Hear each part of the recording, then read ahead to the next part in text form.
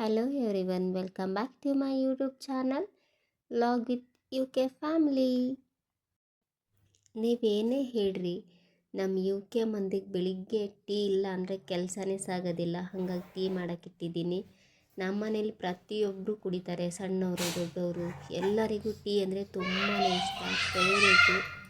ಒಂದು 8ರಿಂದ 10 ಗಂಟೆವರೆಗೂ ಊಟ ಕೊಡದೇ ಇದ್ರೆ ಇರ್ತೀವಿ. ಆದರೆ ಟೀ ಇಲ್ಲ ಅಂದರೆ ಖಂಡಿತವಾಗ್ಲೂ ಯು ಕೆ ಮಂದಿಗೆ ಇರೋಕ್ಕೆ ಸಾಧ್ಯನೇ ಇಲ್ಲ. ಸೊ ಯಾರಿಗೆಲ್ಲ ಟೀ ಅನ್ನೋದು ಇಷ್ಟ ಅಂತ ಕಮೆಂಟ್ ಮಾಡಿ ಆಯಿತಾ. ತುಂಬ ದಿನವೇ ಆಯಿತು ನಾನು ಲಾಗ್ ಶೂಟ್ ಮಾಡಿ, ಬಿಕಾಸ್ ತುಂಬಾ ಕೆಲಸ ಆಗ್ತಿದೆ. ಸೊ ವರಮಹಾಲಕ್ಷ್ಮಿ ಬರ್ತಿರೋದ್ರಿಂದ ಮನೆ ಕ್ಲೀನಿಂಗ್ ಆಗಿರ್ಬೋದು, ಹಾಗೆ ನಮ್ಮ ಮನೆಯವ್ರಿಗೆ ಆಫೀಸ್ ಕೂಡ ಸ್ಟಾರ್ಟ್ ಆಗಿರೋದ್ರಿಂದ ಸ್ವಲ್ಪ ಕೆಲಸ ಬೇಗ ಆಗೋಕ್ಕಾಗ್ತಿಲ್ಲ. ಸೊ ನಾನು ಲಾಗ್ನ ಶೂಟ್ ಮಾಡೋಕ್ಕೂ ಆಗ್ತಾಯಿಲ್ಲ, ಹಾಗಾಗಿ ನಿಮ್ಮ ಜೊತೆ ಶೇರ್ ಮಾಡಿಲ್ಲ. ಸೊ ತುಂಬ ಜನ ಅಂತಿದ್ದೀರಾ ಲಾಗ್ ಸ್ಟಾಪ್ ಆಯಿತಾ, ಇಲ್ಲಿಗೇನಾ, ನಿಮ್ಮ ವೀಡಿಯೋ ಮಾಡೋದು ಇಷ್ಟೇನಾ ಅಂತ. ಖಂಡಿತ ಇಲ್ಲ, ನಾನು ವೀಡಿಯೋಸ್ನ ಶೂಟ್ ಮಾಡ್ತೀನಿ. ಅಫ್ಕೋರ್ಸ್ ಆಲ್ವೇಸ್ ನಾನು ಯೂಟ್ಯೂಬಲ್ಲಿ ವೀಡಿಯೋಸ್ ಅಪ್ಲೋಡ್ ಮಾಡ್ತಾ ಇರ್ತೀನಿ. ಸೊ ಸ್ವಲ್ಪ ಲೇಟ್ ಆಗ್ತಿದೆ, ಖಂಡಿತ ಕ್ಷಮೆ ಇರಲಿ.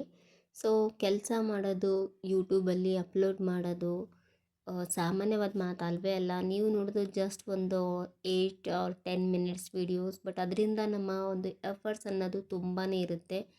ನಾವು ನಾರ್ಮಲ್ ಆಗಿ ಕೆಲಸ ಮಾಡೋದು ಒಂದಾದರೆ ಅದನ್ನು ಶೂಟ್ ಮಾಡ್ಕೊಂಡು ವೀಡಿಯೋಸ್ನ ಅಪ್ಲೋಡ್ ಮಾಡೋದಿದೆಯಲ್ಲ, ಅದು ತುಂಬಾ ದೊಡ್ಡ ಕೆಲಸ.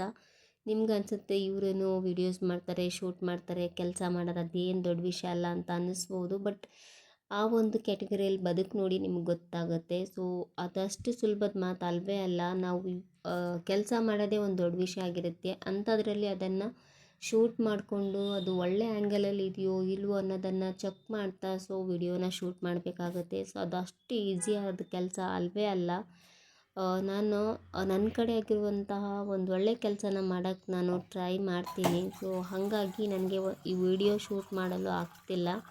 ಸೊ ಖಂಡಿತ ಮುಂದೆ ಬರುವ ದಿನಗಳಲ್ಲಿ ನಾನು ಒಳ್ಳೆ ರೀತಿಯಿಂದ ವಿಡಿಯೋ ಶೂಟ್ ಮಾಡ್ತೀನಿ. ಒಂದು ಒಳ್ಳೆ ಕ್ವಾಲಿಟಿ ಇರುವಂತಹ ವಿಡಿಯೋ ಜೊತೆಗೆ ನಿಮ್ಮ ಮುಂದೆ ಬರಬೇಕು ಅಂತ ಕಾಯ್ತಿದ್ದಷ್ಟೇ.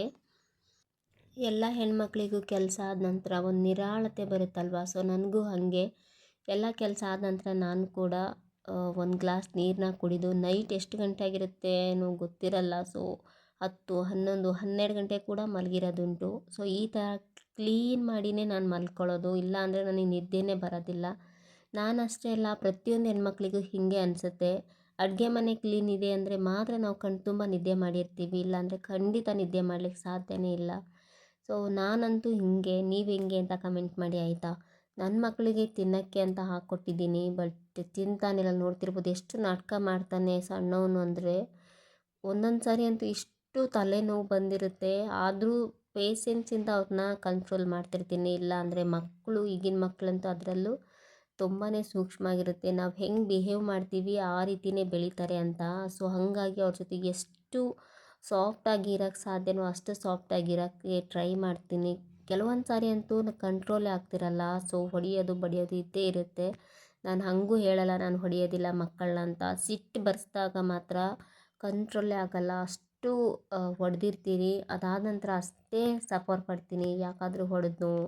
ಅದರಲ್ಲಿ ಈಗಿನ ಜಂಜಿ ಕಿಡ್ಸ್ ಅಂತೂ ಹೇಳೋಕ್ಕೆ ಸಾಧ್ಯನೇ ಇಲ್ಲ, ಯಾವ ರೀತಿ ಅವ್ರ ಮೈಂಡ್ ಸೆಟ್ ಇರುತ್ತೆ ಅಂತ. ಸೊ ಮಮ್ಮಿ ನೀನಂದರೆ ನನಗೆ ಇಷ್ಟನೇ ಇಲ್ಲ ಅಂತಲೂ ಹೇಳ್ತವೆ ಕೆಲವೊಂದು ಸಾರಿ. ನನಗೆ ಶಾಕ್ ಆಗುತ್ತೆ. ಒಂದು ಏಟು ಹೊಡೆದ್ರೆ ನಾವು ಇಷ್ಟ ಇಲ್ಲ ಅಂತ ಹೇಳ್ತಾರಲ್ಲ, ನಾವು ಹಂಗಿರಲಿಲ್ಲಪ್ಪ. ಸೊ ಇವಾಗಿನ ಮಕ್ಕಳಂತೂ ತುಂಬಾ ಒಂದು ಸಾಫ್ಟ್ ಮನಸ್ಸು ಹೊಂದಿದ್ದಾರೆ.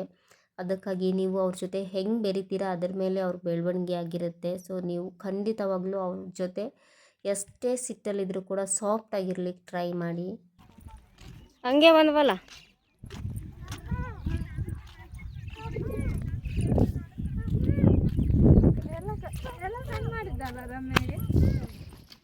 ಹ್ಞೂ, ಫಾಲ್ ಸೌಂಡ್ ಕೇಳಿಸ್ತಿದೆ.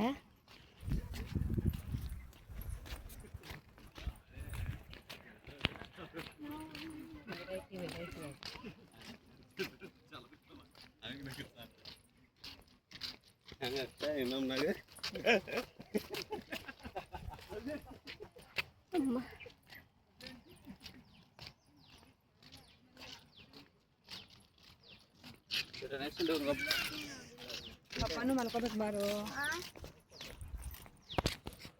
ಹೆಂಗಿದೆ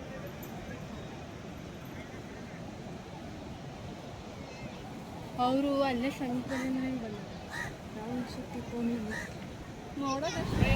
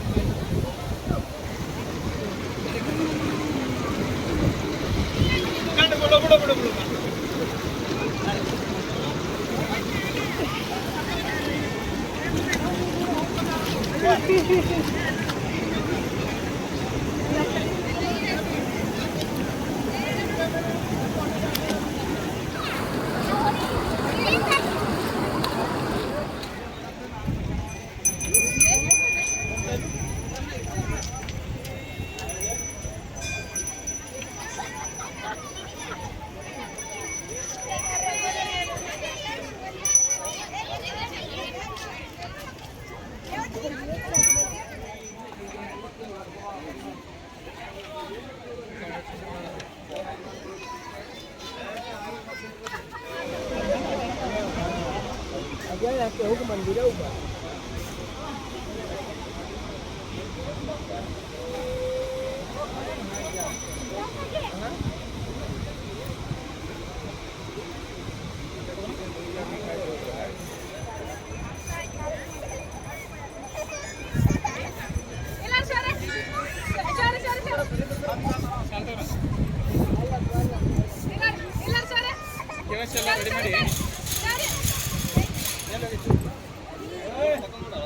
केव्हा